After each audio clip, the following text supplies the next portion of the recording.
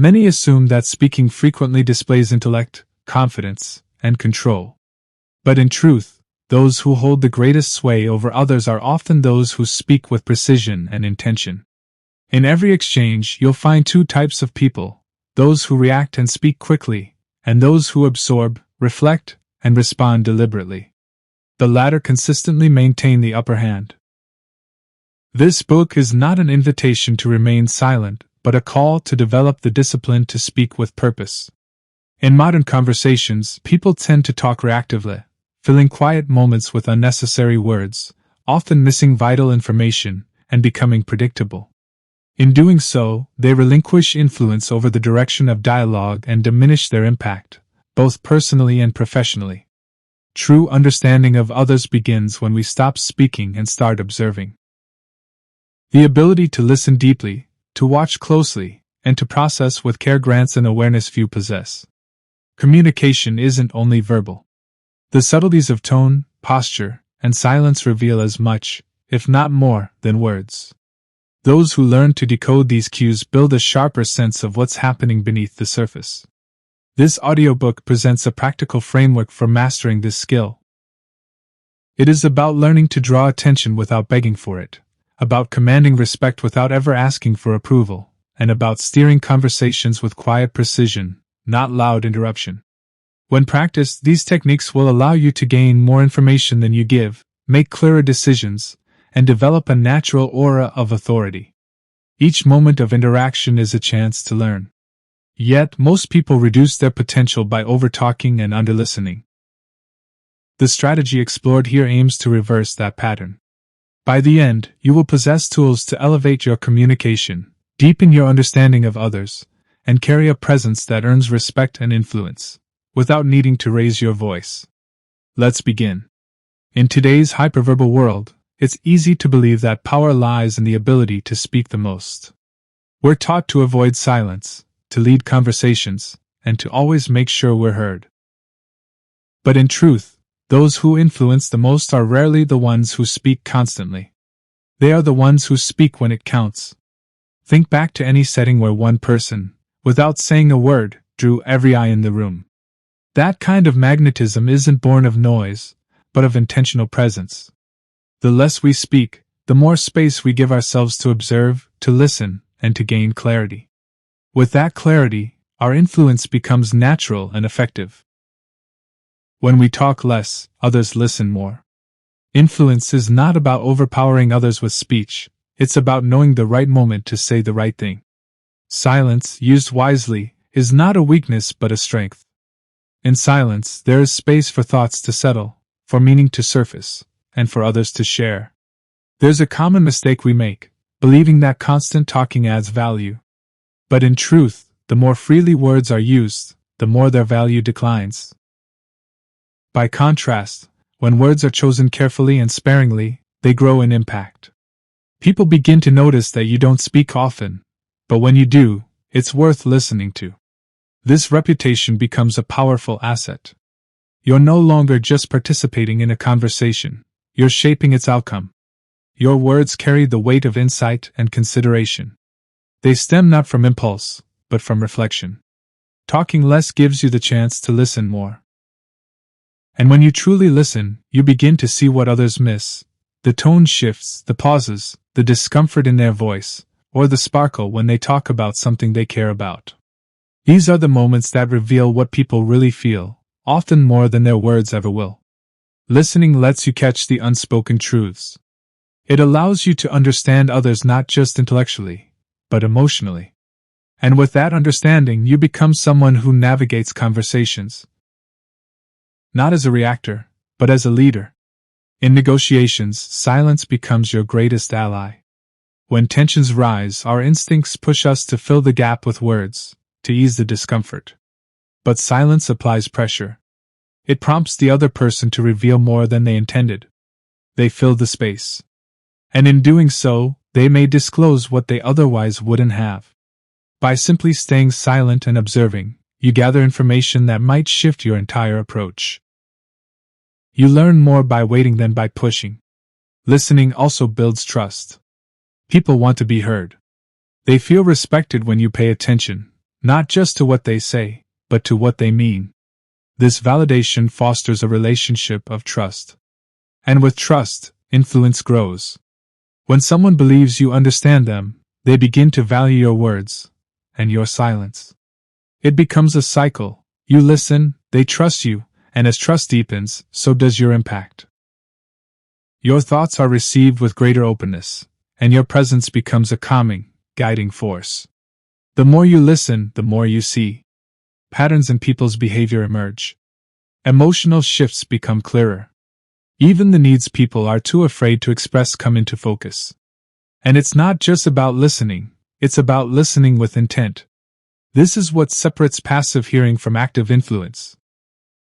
Intentional listening is about giving your full presence to the person speaking, not mentally preparing your reply. It's about creating space for insight, not just words. With this space, your mind has time to think before it responds. You begin responding with depth, not with noise. You move from reacting to leading, from talking to communicating. This is the beginning of speaking with purpose. Let me know when to continue with part 2. When you develop the discipline to think before you speak, something powerful happens. Your words start to come from a place of insight, not impulse. You begin to trust the power of silence, to welcome it rather than fear it. And with that silence comes a new level of influence. The less you speak, the more weight your words carry. People begin to notice that when you open your mouth, it's not to fill space, it's to offer clarity. You don't waste words. You don't speak to be heard. You speak to make a difference. Over time, this transforms your reputation. You're seen as someone who brings value to every conversation, not just sound. This doesn't happen by accident. It takes conscious effort. It takes letting go of the pressure to impress with volume, and instead, learning to impress with substance. It's not easy, but it's powerful. And it begins with becoming an observer. In a world flooded with distractions, constant updates, and ceaseless talking, most people miss what's right in front of them. But not the observer. The observer steps back. Watches. Notices. They don't just look, they see. They don't just hear, they listen. Observation is an underrated superpower. It's the ability to notice the flicker in someone's eyes, the tremor in their voice, the fidget of their hands. It's about watching a conversation unfold. Not just hearing the words but grasping the hidden emotions behind them. And it's about letting those subtle cues guide your understanding. People say a lot more than they realize when they speak. Their movements, their tone, their pacing, it all reveals what they're truly feeling. But you can only pick up on this if you're not preoccupied with waiting for your turn to talk. Observation shifts you from participant to navigator. You no longer walk into conversations with a predetermined script. Instead, you adapt based on what you learn in real time. You listen not just for content, but for context. This is especially powerful in situations where control matters. Meetings, negotiations, leadership scenarios. The person who observes well walks into a room and reads the temperature before they say a word. They know who holds influence, who feels unheard, who's insecure, who's ready to be challenged. And they adjust accordingly.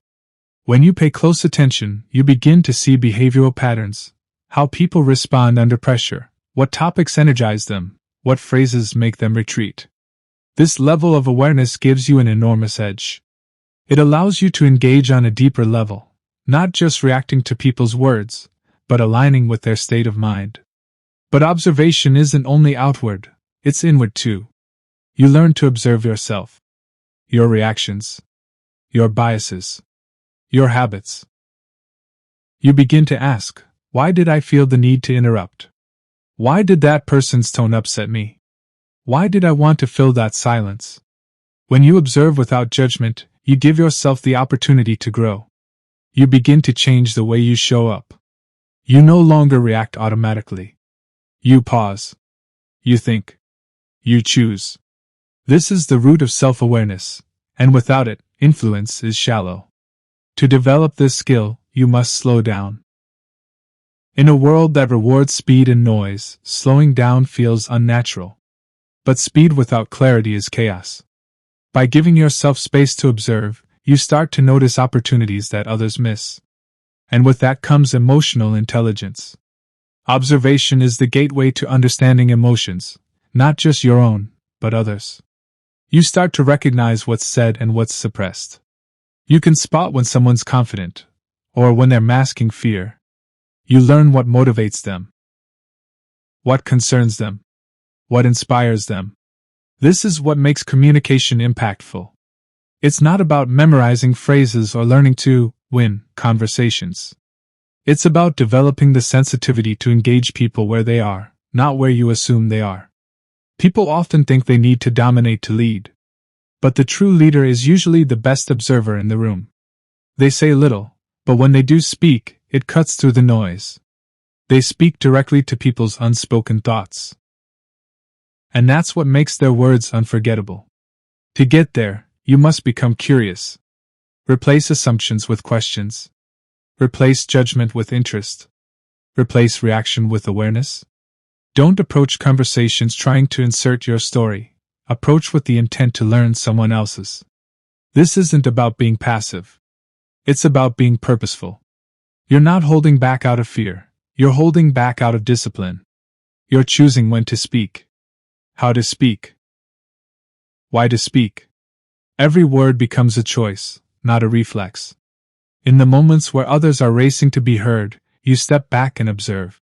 You take it all in. You understand what's not being said. And you wait. Because when you finally do speak, the impact will be greater than any long-winded monologue. This is how true influence works. It's quiet. It's calm. It's composed. It doesn't chase the spotlight. It commands it without asking. And it all starts by watching the room before you try to change it. Let me know when to continue with part 3. You said one. ChatGPT said, here is part 3 of the rewritten and restructured audiobook script.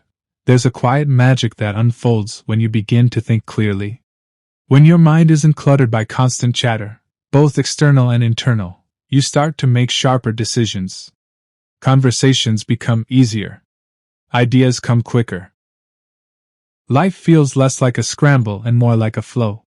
The clarity you seek doesn't come from trying to think faster. It comes from simplifying your thinking. And one of the most effective ways to simplify your thinking is to speak less. Every time you speak without thinking, you're adding noise to your own mind. You're reacting instead of responding. You're getting lost in words that don't serve your purpose. But when you pause, when you let the silence do its work, you give your thoughts space to breathe. Our minds are constantly bombarded. Texts, alerts, opinions, decisions. And in trying to keep up with everything, we lose clarity. It's like trying to find your way through a fog with a flashlight that keeps flickering. But if you stop and let the fog clear, if you wait, if you observe, direction becomes visible. The same principle applies to our thinking. When we reduce the input, the insight becomes clearer. Mental clarity is a byproduct of silence. Not silence as absence, but silence as presence. When you stop talking long enough to actually think, you create an internal space where understanding can take root. It's not about suppressing your voice. It's about using it more intentionally. Think of your mind like a cluttered room. If everything's scattered, books, clothes, papers, you can't find what you're looking for. But if you tidy one corner at a time, order returns. Thought works the same way. When you stop dumping random dialogue into your mental space, you begin to see what's essential. Start your day with stillness. Even 5 minutes of intentional quiet can change your mental tone. Let your thoughts settle before you add anything new. In that stillness, you might find that what you thought was urgent isn't, and what you were overlooking matters deeply. This practice of clarity extends into how we speak. When your thoughts are clear, your communication becomes laser-focused. You don't ramble. You don't over-explain. You say only what needs to be said, no more, no less. And that's when people begin to truly listen. Because clarity is magnetic. It cuts through confusion. It signals confidence. It shows that you know what you're about, and you're not wasting anyone's time proving it. The more you refine your thinking, the less you'll feel the need to defend it. Clarity removes the insecurity that fuels over-talking. You no longer speak to fill the space. You speak to shift the energy. One of the biggest challenges to mental clarity is the pressure to be quick. We associate speed with intelligence. But real intelligence is the ability to pause, analyze, and deliver insight, not just information. A clear mind doesn't rush to respond. It listens fully, processes carefully, and then acts.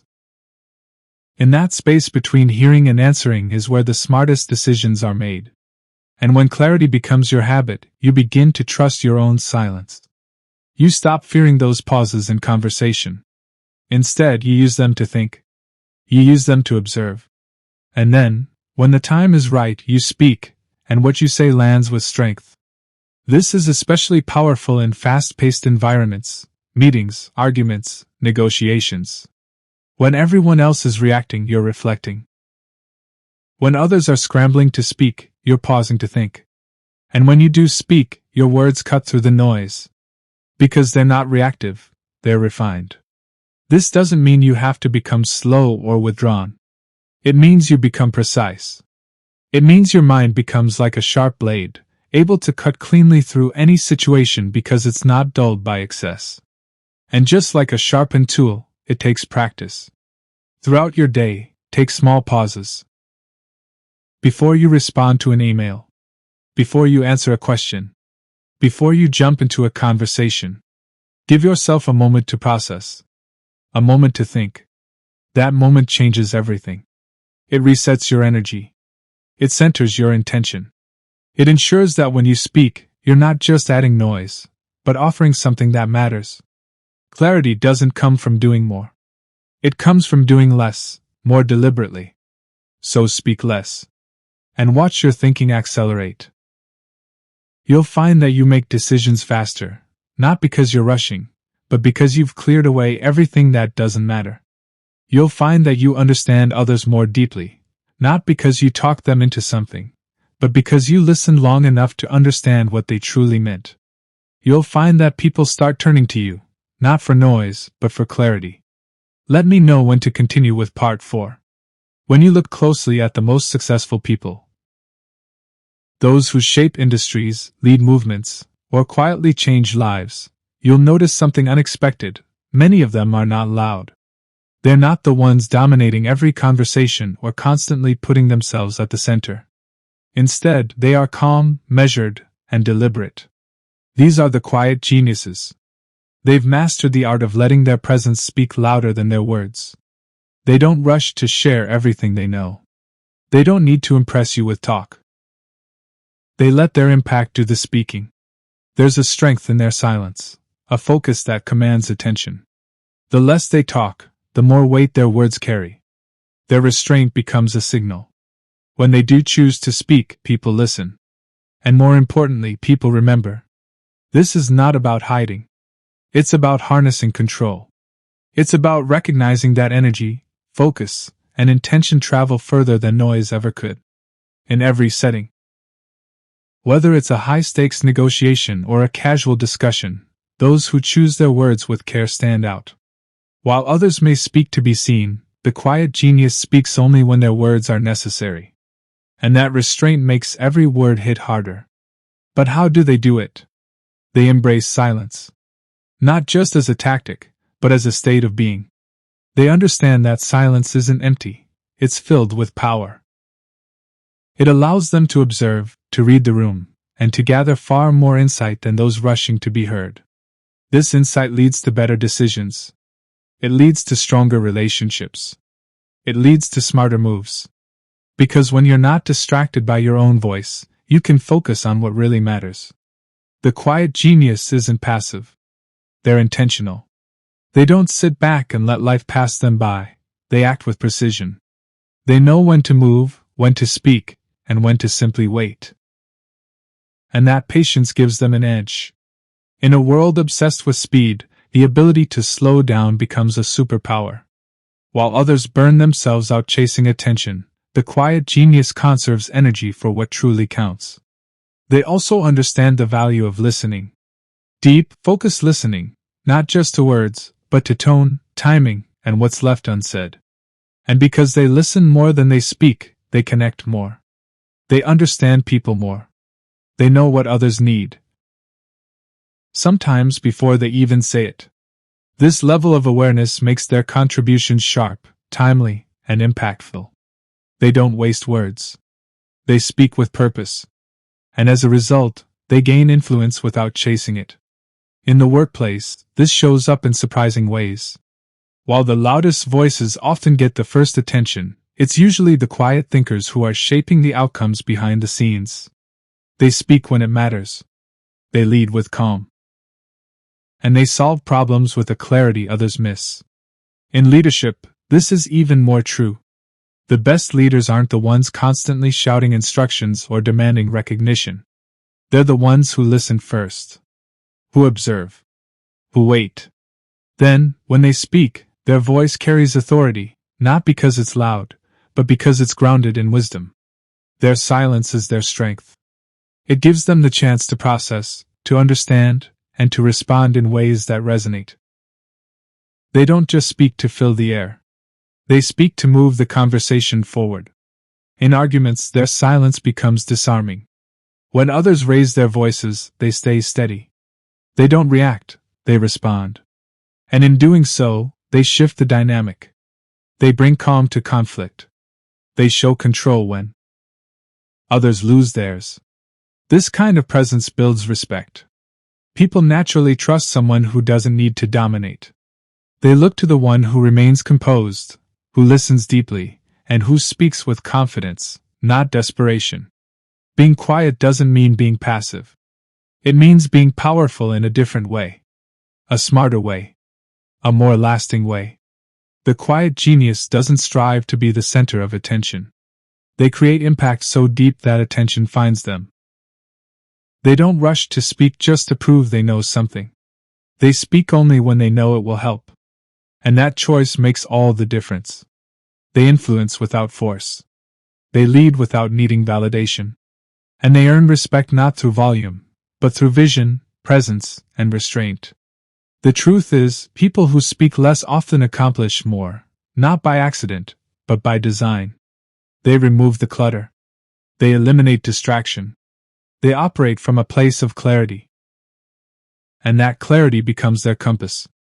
So if you want to have more influence, speak less. If you want to be remembered, say only what matters. If you want to lead, start by listening. The quiet genius knows this. Words can inspire, but silence can transform. And when both are used intentionally, there is no limit to what you can accomplish. Let me know when to continue with part 5. There's something fascinating about how conversations unfold. We assume that whoever talks the most is in control. But the reality is often the opposite. Control doesn't always come from speaking, it often comes from choosing not to speak. Silence has a strange kind of power. It's not passive. It's not weakness. It's not hesitation. When used with intention, silence is influence. It allows you to steer a conversation without ever interrupting. It gives you the ability to hold the attention of others without raising your voice. And it creates a psychological space where you can observe, assess, and decide with precision. Most people rush to fill silence. They get uncomfortable when a pause lingers. Their instinct is to speak, to react, to say something. But the one who remains silent holds the advantage. They shift the dynamic. They create a rhythm that others subconsciously follow. Think about the last conversation you had where you let silence do the talking. Chances are, you learn more by not saying anything than you would have by dominating the discussion. When you stay quiet, others feel compelled to speak more. They'll fill the silence, often revealing more than they intended. In trying to avoid the discomfort of silence, people tend to over-explain, to confess, or to show their hand. And that's when you gain clarity. This doesn't mean you manipulate the situation. It means you guide it, quietly, intentionally. The most effective communicators know this. They don't rush to answer. They don't feel the need to always respond first. Instead, they wait. They observe. They allow silence to pressure others, not in a harmful way, but in a way that draws out deeper truth. In those moments, the quietest person often gains the most insight. Silence also changes perception. When you're comfortable being quiet, people begin to see you differently. You're not just another voice in the room, you're a presence. Your composure signals strength. It suggests you're not speaking out of emotion but from intention. People start to pay attention when you speak because they know you don't waste words. They trust that what you say has meaning. You become the kind of person whose silence is noticed, and whose words are remembered. And this ability to control the flow of conversation without dominating it builds respect. It shows others that you value listening, that you're patient, that you don't need to prove yourself through constant talking. This quiet confidence becomes a source of strength. But it takes discipline. It's not easy to resist the urge to speak, especially in high-stakes situations, or when emotions run high. We're wired to respond. We're trained to talk things through, to assert ourselves, to push our point. But there's a smarter way. When you pause before responding, when you take a breath and give yourself time, you create an edge. That moment of silence allows you to process everything that's just been said, to separate what's useful from what's noise, and to respond not from ego, but from clarity. In that moment, you're not just talking. You're leading.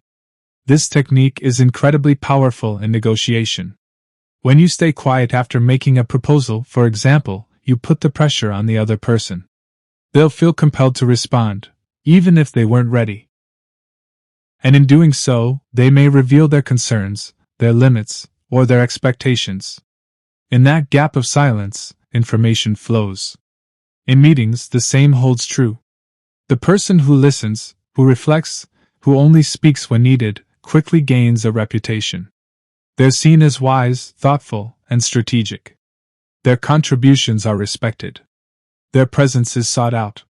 Because everyone knows, when they speak, it's worth listening to. Even in conflict, silence is a tool. When arguments escalate, most people meet fire with fire. But silence disarms. It interrupts the expected pattern. It shifts the energy. And often, it makes the other person stop and think. The person who doesn't react emotionally, who listens, who pauses, signals control. That control calms the storm. And in that calm, better solutions can emerge. But mastering silence doesn't mean staying quiet all the time. It means using quiet strategically. It's about knowing when not to speak, when to let things unfold, when to hold space instead of filling it. It's about using silence to gather, to assess, to observe, and then to speak with impact. This is not a passive act. It's an active choice. A powerful choice. And the more you practice it, the more you'll see its effects. You'll notice people opening up around you. You'll gain information others miss. You'll feel less pressure to prove yourself. And most importantly, you'll begin to guide conversations not with your voice, but with your presence. Silence becomes your leverage, your advantage, your influence. So the next time you're in a conversation, try something different. Instead of rushing to speak, lean back. Let the moment breathe. Watch what happens. You'll be surprised how much power is in your pause. Let me know when to continue with part 6. Silence isn't just a pause in conversation, it's a language of its own. It carries emotion, it shapes perception, and it has the power to transform the entire rhythm of communication. To master the psychology of silence is to understand influence at its deepest level. While most people rush to speak, the one who holds silence creates tension, not in a hostile way, but in a compelling way. Silence draws people in. It makes them curious. It triggers a psychological response. Why aren't they saying anything? What are they thinking? Did I say something wrong? The brain craves resolution.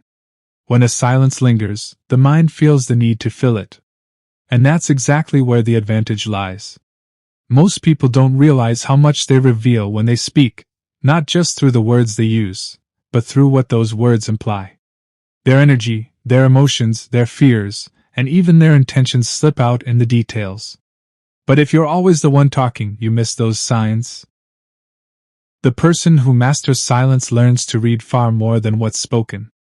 They pick up on microexpressions, voice inflections, changes in breathing, or the hesitation before a sentence. All of these give away more than the actual words. In silence, you listen differently. You don't just hear, you decode. You start noticing who's nervous, who's bluffing, who's seeking validation. And once you recognize that, you gain a kind of X-ray vision in conversation. You're not guessing. You're seeing. This gives you the ability to respond with laser precision. You're not reacting to the surface. You're addressing the underlying current. And that kind of response lands deeper, resonates longer, and shifts dynamics permanently. But to get here, you need to be comfortable with stillness. And that takes practice. Because silence makes most people uneasy. They see it as awkward. They feel compelled to escape it by talking. But those who understand its value don't run from it. They settle into it. They let it work for them. Silence is also a signal. It tells people, I am not desperate to be heard.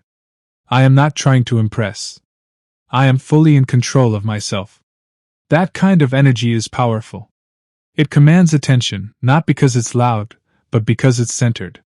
When you choose not to speak, people take notice. They start analyzing you, wondering what you're thinking. And that curiosity creates presence. It gives you psychological space. It also gives you control. Control not through manipulation, but through mastery. You're not dictating the conversation. You're guiding it without force. And in doing so, you lead others in a way that feels natural and respectful. Silence is particularly potent in high-stakes situations, negotiations, arguments, leadership decisions. While others react emotionally, you remain composed. That composure disorients those who expect a typical response. It unsettles them, and in doing so, it creates an opening, an advantage. It also builds credibility. A person who speaks with urgency often loses authority. Their words seem rushed, emotional, reactive. But the one who takes a beat, who allows silence before they speak, immediately commands more respect. Their words seem considered, their perspective more trustworthy. Over time, people start looking to you for clarity. They value your input because it's not always available. It's earned. It's rare. And that rarity makes it powerful. In conflict, silence is often more effective than argument. It removes fuel from the fire. It creates a void where others expect resistance, and that void forces them to rethink their approach. Instead of escalating, you deflate the tension. Not by conceding, but by holding space, by allowing the other person's energy to burn out without giving it anything to fight against. This is emotional control at its highest level. But the greatest benefit of silence might not be external at all. It might be what it does for you.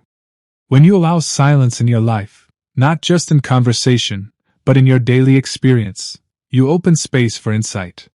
You start hearing your own thoughts more clearly. You reflect more deeply. You grow more intentionally. Most people are drowning in noise, reacting to every alert, every notification, every thought. But silence creates clarity. And in that clarity, you begin to make better decisions, not just in how you speak, but in how you live. You begin to act from intention, not habit. You learn to ask, does this need to be said? Does this need to be done? Am I reacting or am I choosing? That shift changes everything. Because it's not just about having fewer conversations, it's about having better ones. Ones that are thoughtful. Ones that are impactful. Ones where every word matters. Silence becomes your filter. It helps you strip away the unnecessary. And what remains is what's true, what's powerful, what's effective. So if you want to elevate your communication, start with silence. If you want to gain influence, start by listening. If you want to lead, start by mastering the pause. Because in a world that's loud and fast, the one who can sit with silence, the one who can wait, observe, and respond with purpose, will always rise above the noise. Let me know when to continue with part 7. Words matter. But not in the way most people think. It's not the number of words you use, but the intention behind them that gives them power. The most influential people don't speak the most, they speak the smartest. They know how to compress meaning into just a few words. They understand that clarity trumps quantity, that brevity commands attention, and that silence, when paired with precision, becomes a force of persuasion. Every conversation is an opportunity to create impact. But most people dilute that opportunity by saying too much. They overexplain, they repeat, they talk themselves into corners. Their message gets buried under a pile of unnecessary words. But when you learn to strip away the fluff, when you speak only what needs to be said, you stand out. You come across as clear, confident, and composed. You speak like someone who knows what they're doing. And people respect that. This is the science of smart speaking: minimal words, maximum impact. When you say less, people lean in. They pay closer attention. They sense that your words are deliberate. That you're not talking just to fill space. That you're saying something that matters. And in a world filled with noise, that kind of presence is rare and magnetic. Brevity isn't just about talking less. It's about choosing better. Every sentence should carry weight. Every word should have purpose. If it doesn't add to the message, it subtracts from it. This mindset forces you to think more clearly. You begin asking yourself, what am I really trying to say? How can I say it more directly? Is there a simpler way? And that process sharpens your thinking, not just your communication. You stop relying on long explanations. You begin crafting messages with clarity and confidence. That clarity builds trust. It shows that you value other people's time, that you respect their attention, and that you're focused enough to say what you mean without dressing it up. People notice. They begin to listen to you differently, not as someone who's just talking, but as someone who's teaching, leading, guiding. Someone who understands the power of each word and uses it wisely. And that kind of communicator stands out in every room. But this level of communication doesn't happen by accident. It takes practice. It takes discipline. It takes the willingness to pause before speaking, to let your mind process instead of jumping in with filler. It also takes emotional control. Because often, we speak too much when our emotions are driving the conversation. We try to explain our frustration, justify our decisions, or prove our worth. And in doing so, we lose impact. But the person who speaks with calm, with clarity, with intention, regardless of the emotion, gains influence. They project authority. They speak from stability, not insecurity. And that kind of speech is unforgettable. Minimal words don't mean minimal emotion. They mean focused emotion. Controlled emotion. Purposeful communication that lands where it's supposed to, without needing to be loud or lengthy. This is especially important in leadership. Leaders who speak with precision inspire confidence. Their teams don't need long speeches. They need direction, clarity, focus. And when a leader can say more with less, it creates alignment. People understand the vision. They trust the voice. They follow because they feel guided, not overwhelmed. In business, brevity leads to better negotiations, more effective meetings, and stronger relationships. In life, it leads to deeper conversations, fewer misunderstandings, and more genuine connection. Because what you say becomes more valuable when people know you don't speak unless there's something worth saying. This doesn't mean you should withhold your thoughts. It means you refine them. You bring them forward in their sharpest, clearest form. You allow silence to carry the weight your words don't need to. And in doing so, you change the energy of every room you walk into. The science of smart speaking is really the art of presence. Of being fully aware of what you're saying, why you're saying it, and how it will land. It's about trusting that less can be more. When less is packed with intention. So from now on, don't just talk. Communicate. Don't just fill silence. Command attention. Don't just speak because you can. Speak because it matters. Your words are powerful. But only if you give them space to breathe. Space to land. Space to be heard. Use fewer words. Make everyone count. Let me know when to continue with part 8. Respect isn't earned through volume. It's not achieved by speaking over others or forcing your opinion into every space. True respect is rooted in presence, in the way you carry yourself, in the way you listen, and in the way you speak only when necessary. Most people confuse attention with respect. They think that being the loudest or most visible will win admiration. But attention fades. Respect lingers. And it's not something you can demand, it must be inspired. You inspire respect not by taking up space, but by valuing it. By making others feel heard. By communicating in a way that doesn't just express your thoughts, but honors the thoughts of others. And the most effective way to do that? Through silence and intentional speech. When you truly listen to someone, without waiting to respond, without planning your next argument, you signal that their voice matters. You make them feel seen. And in return, they begin to see you as someone they can trust. Respect is reciprocal. It's mirrored. The more you offer it through your attention and restraint, the more you receive it without asking. This is one of the most powerful traits in leadership, not just formal leadership, but the kind that shows up in families, friendships, communities. People respect those who respect them. Not in theory, but in action. Listening, real, focused listening, is an act of generosity. It says you matter. Your words are worth my time. And when you combine listening with presence, when you show up with calm, clarity, and conviction, you elevate the quality of every interaction. People begin to seek your input, not because you push it, but because they trust it. And that trust grows stronger every time your actions align with your words. Because consistency builds credibility. When what you say and what you do match, repeatedly, reliably, others begin to count on you. They may not always agree with you, but they'll respect you. Because they know you stand for something real. They know your voice isn't just noise, it's backed by values. This is how quiet influence works. It doesn't need to dominate to be felt. It doesn't need to perform to be respected. It shows up, steady and intentional, and lets time do the proving. There's also a quiet kind of confidence that commands more respect than any loud proclamation ever could. It's not about arrogance. It's about being rooted in your worth, without needing external validation. When you're confident in who you are, you don't rush to speak. You don't need to convince people to agree with you. You're okay with disagreement. You're okay with silence. You're okay being misunderstood temporarily, because your focus isn't on approval, but on alignment. This kind of confidence shows in your tone, in your timing, in your restraint. People feel it. And they respond to it.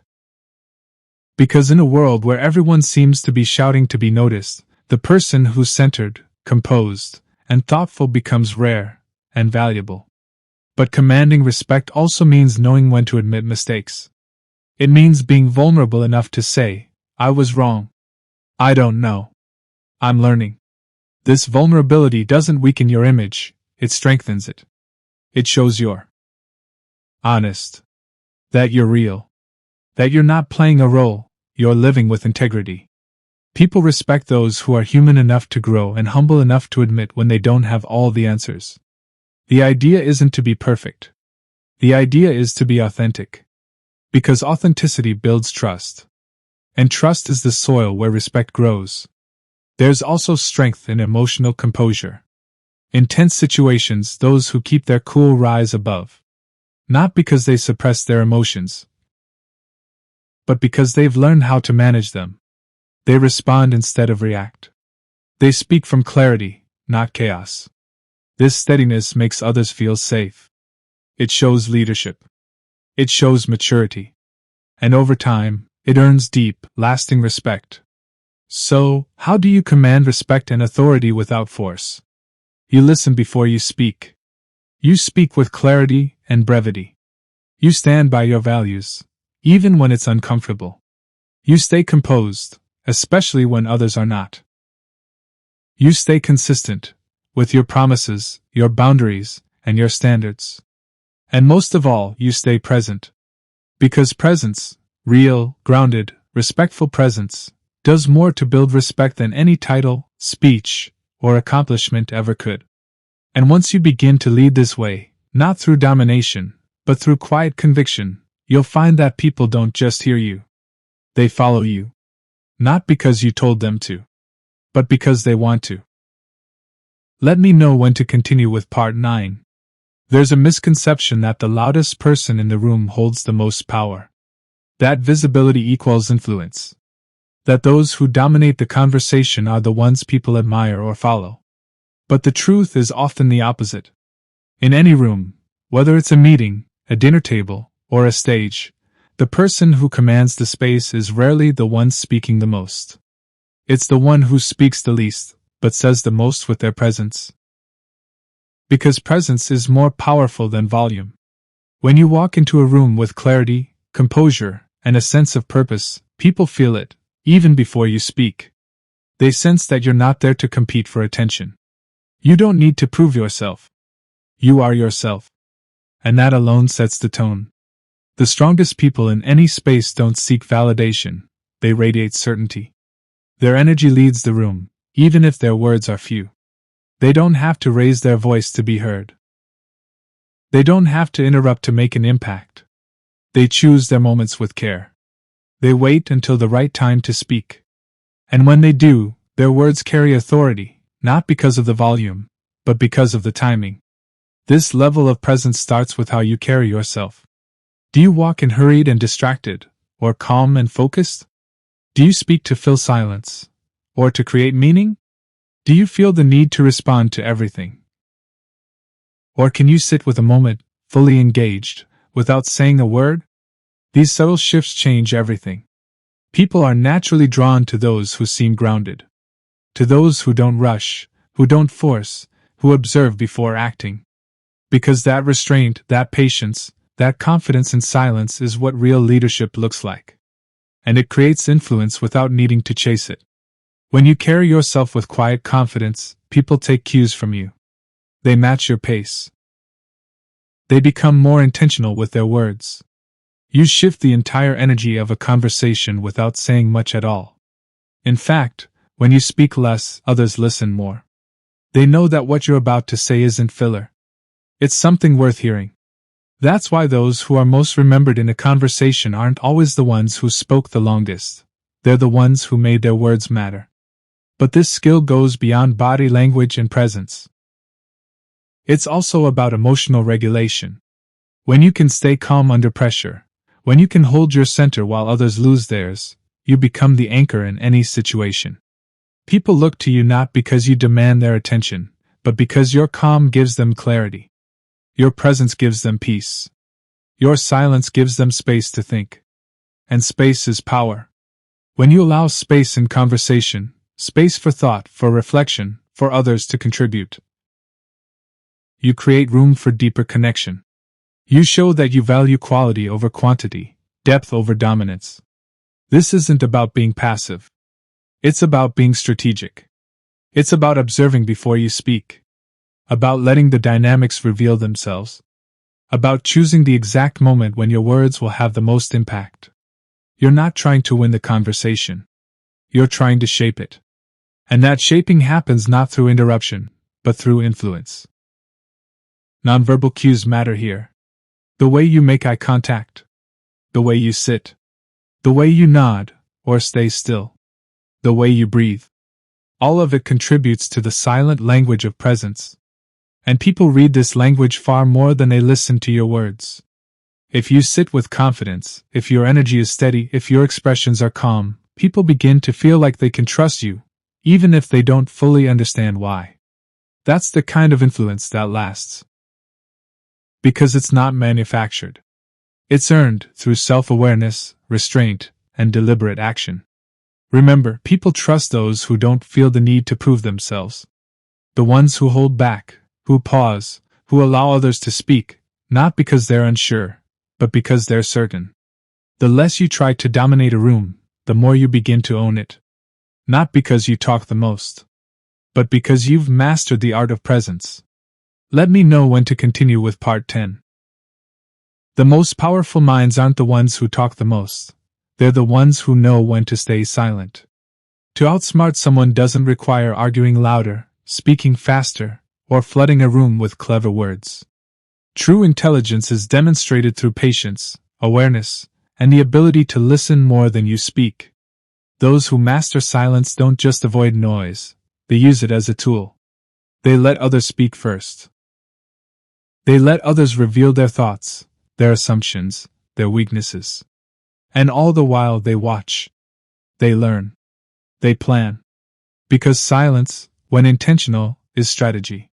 In every conversation, people are giving you data. They show you how they think. They reveal what matters to them. They give away more than they realize, if you're paying attention. But if you're always trying to be heard, you'll miss it. The quiet person often knows the most in the room. Not because they're secretly gathering information, but because they've made space for it. While everyone else is rushing to speak, they're noticing what no one else sees. Every hesitation. Every emotional cue. Every contradiction. They read between the lines. They understand not just the words, but the motivations behind them. And this is how they win, not by overpowering others, but by understanding them better than they understand themselves. That's the secret to influence. When you can anticipate what someone will say or do, because you've studied how they think, you hold the real advantage. You don't need to outtalk them. You simply wait for the moment where your response carries more truth than anything they've said. In a negotiation, silence is pressure. When someone makes an offer and you say nothing, it creates tension. It forces them to keep talking, to explain, to justify, to reveal more than they intended. And every word they add gives you more power. This isn't manipulation. It's discipline. It's the understanding that those who react emotionally are easy to predict, and those who are predictable are easy to defeat. But when you're silent, you become unreadable. And when people can't read you, they become cautious.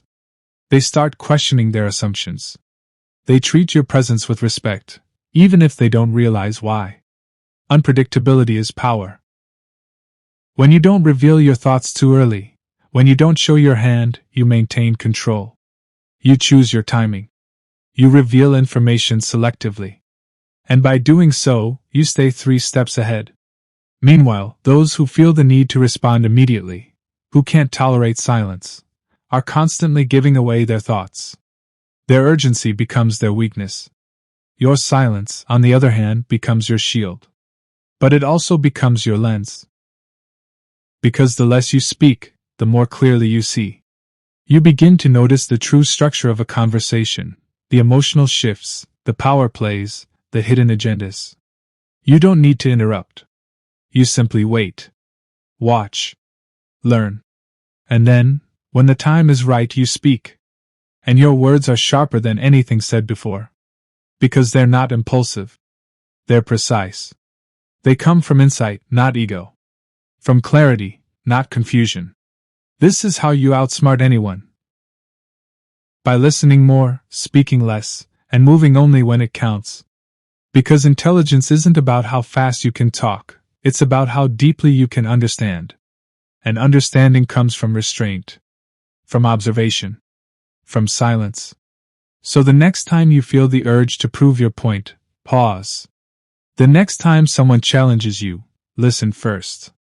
The next time a conversation becomes heated, be the one who stays calm, who speaks second, and who holds their ground through presence, not volume. In that space, between impulse and response, is where your power lives. You don't need to be the loudest. You don't need to be the most visible. You don't need to convince anyone of your worth. You simply need to know who you are, observe what's unfolding, and wait for your moment to speak with intention. Because the one who controls their words controls their world. That is how you speak less and influence more.